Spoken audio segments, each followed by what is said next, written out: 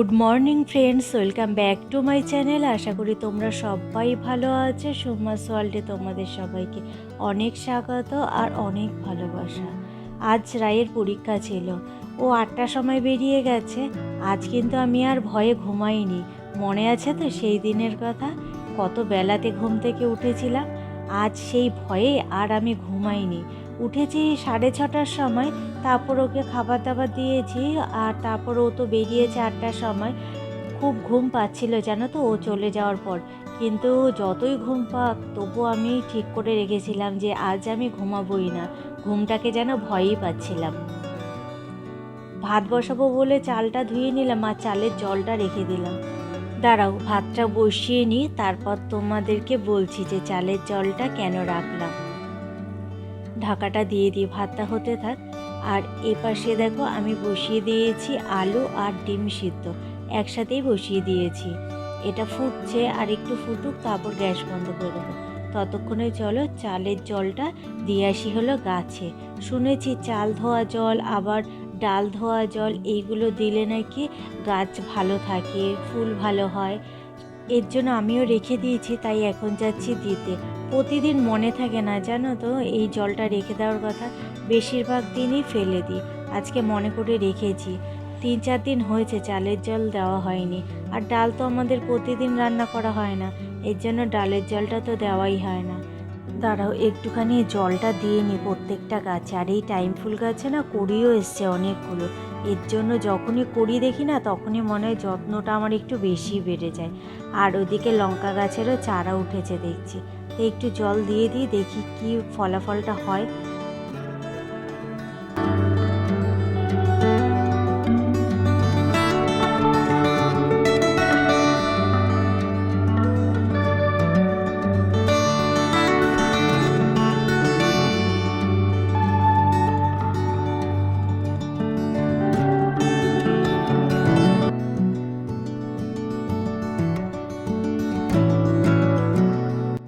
তুলসী গাছে বাদে সব গাছেই জল দিয়ে দিয়েছি। আর বাইরের ওয়েদারটা দেখো কি মেঘলা করে রয়েছে আজকে, আর প্রচণ্ড পরিমাণে গরম জানো তো এই মেঘলাটা হওয়ার জন্য। রোদ থাকলেও গরম থাকে, কিন্তু মেঘলা হলে বেশি গরম লাগে।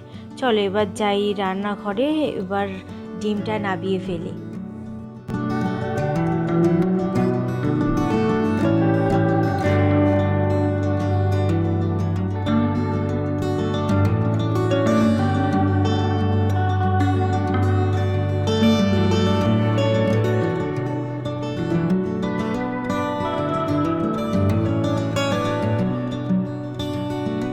তিনটে ডিম দিয়েছি, রায়ের দুটো আমার একটা। রাই তো আসবে আজকে তাড়াতাড়ি, যেহেতু 10টা থেকে ওর আজকে পরীক্ষা, এর জন্য তাড়াতাড়ি বাড়ি চলে আসবে। আসার পর তোর খিদে পেয়ে যাবে, তার জন্য ওর একটা ডিম করেছি আর রাতে একটা। আর রাতে আমি কোনো ডিম খাবো না, আমি একবারই ডিম খাবো।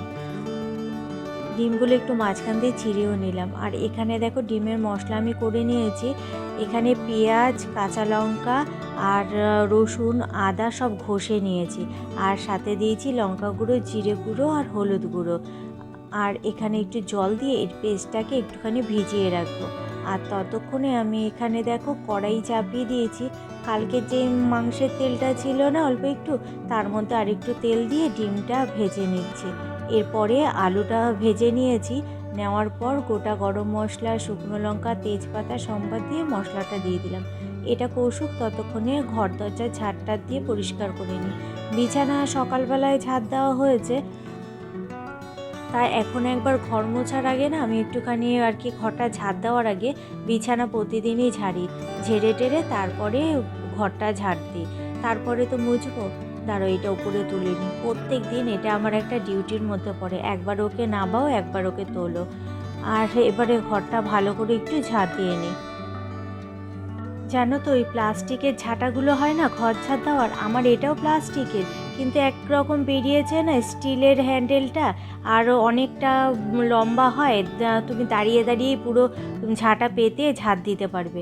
সেই ঝাঁটাটা খুঁজছি, কিছুতেই পাচ্ছি না। এমনি আমাদের এই বাজারের দোকানে গেছি, তারা তো বুঝতেই পারছে না কী ঝাঁটা। আমি মনে হয় ঠিক মতো বোঝাতে পারছি না, তারা এই আমার যেই ঝাঁটা সেই ঝাঁটাই বের করে দেখাচ্ছে।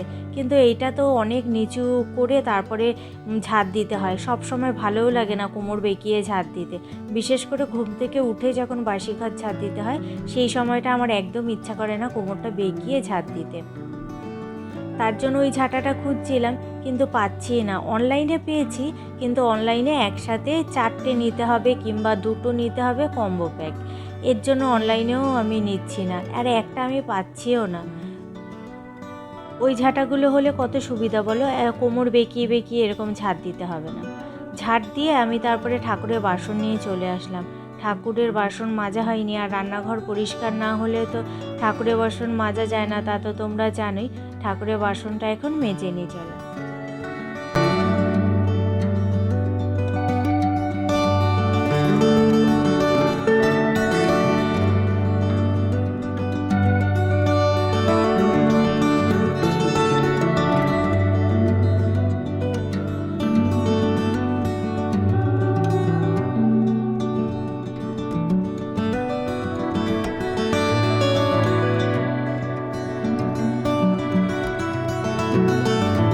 ঠাকুরের বাসন প্রতিদিন মেজে পুজো দিলে না কষ্ট কম হয় মাজতে, কিন্তু একদিন যদি না মাজো, একটু ধুয়ে পুজো দাও, তোমার ধরো শরীর খারাপ লাগছে আজকে আর মাজতে ইচ্ছা করছে না, যদি ধুয়ে পুজো দাও না, তাহলে এই বাসন পরের দিন মাজতে খুব কষ্ট হয়।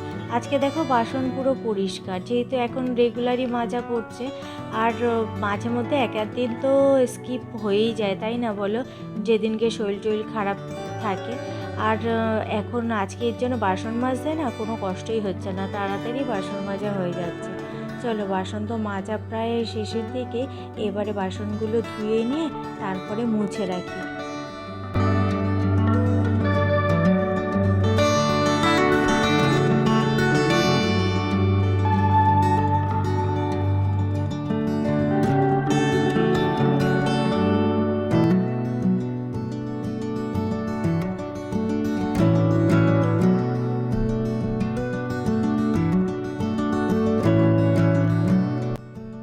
দিন যত যায় তত উন্নত হয়, তাই না বলো।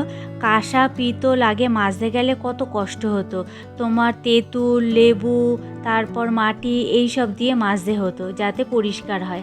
আর এখন দেখো একটু পীতাম্বর নিয়ে নাও, দিয়ে একটু স্কচব্রাইট দিয়ে মেজে নাও, পুরো একেবারে ঝকঝকে। দেখেছো কেমন সুন্দর চকচকে লাগছে।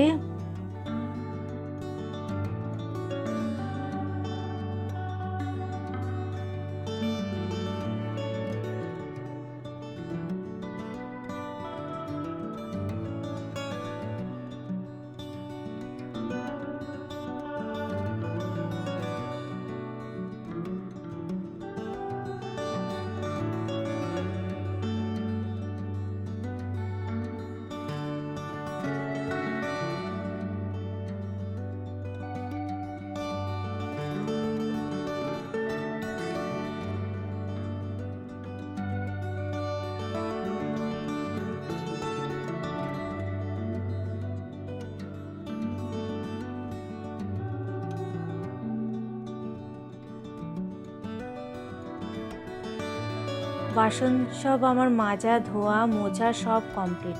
চলো এটা রেখে এবার রান্নাঘরে যাই। কড়াইটা খালি করলাম, ডিম কষা কড়াইয়ের মধ্যেই ছিল, সেটা গরম মশলা দিয়ে ঢেকে রেখে দিয়েছিলাম।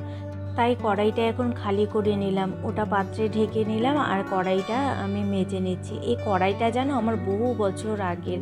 এরপরে এই কিছুদিন আগে, তোমার এই 1-2 মাস আগে হয়তো একটা কড়াই কিনেছি, কিন্তু সেটা নতুন কড়াই, কিন্তু কড়াইটা না আমি একটু বড় কিনে ফেলেছিলাম।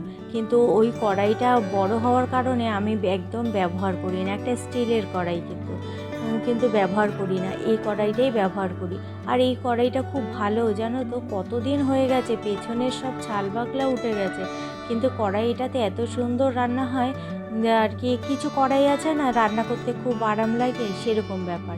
চলো তোমাদেরকে খাবারটা দেখিয়ে দিই। এটায় ভাত রয়েছে, আর ভাতটা আজকে কিন্তু দুবেলারই করেছি, যেহেতু আমি দুপুরে খাবো, রাই এসে খাবে, আবার রাতে খাবে।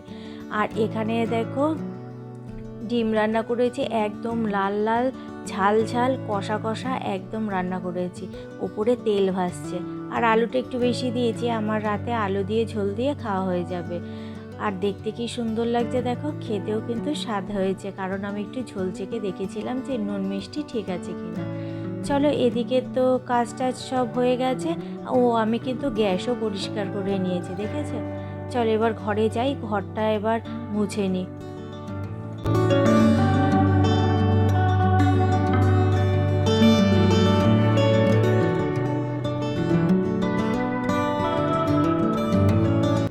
অল্প কিছু কাচাও ছিল, সেটা কাচের ফাঁকেই একবার কেচে নিয়েছিলাম, কারণ রোদটা তো চলে যাবে তার জন্য।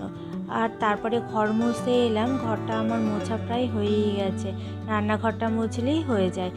চলো তাহলে আজকের ভিডিওটা এখানেই শেষ করছি, দেখা হচ্ছে তোমাদের সাথে আবার আগামীকাল একটা নতুন ভিডিওর সঙ্গে। তোমরা সবাই ভালো থেকো, সুস্থ থেকো আর সাবধানে থেকো।